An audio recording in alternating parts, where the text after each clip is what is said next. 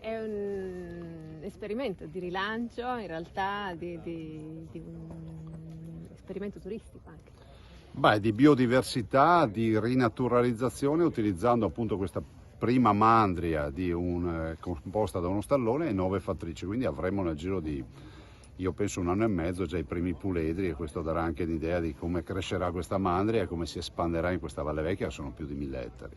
Prima ha spiegato che questi sono cavalli effettivamente importati dalla Camargue negli anni 70. Sì, arrivano negli anni 70 dalla Camargue, diventa cavallo del Delta e oggi sono una decina di allevamenti mediamente composti da un paio di soggetti, quindi qui siamo davanti veramente a un grande progetto. Direi utile da un punto di vista di studio, di ricerca, ma anche ai cittadini, ai bambini, alle scolaresche, per capire cos'è un progetto di rinaturalizzazione, peraltro unico, con dei cavalli rinselvatichiti.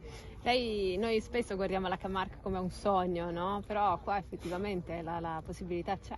Beh, direi che è bene guardare come un sogno quello che già abbiamo, il Delta del Po, che è unico nel suo genere, e dall'altro elementi come questo, ma di aree naturali assolutamente che possono competere non solo con la Camargue ma con le più belle aree del mondo ci sono, e sono in Veneto.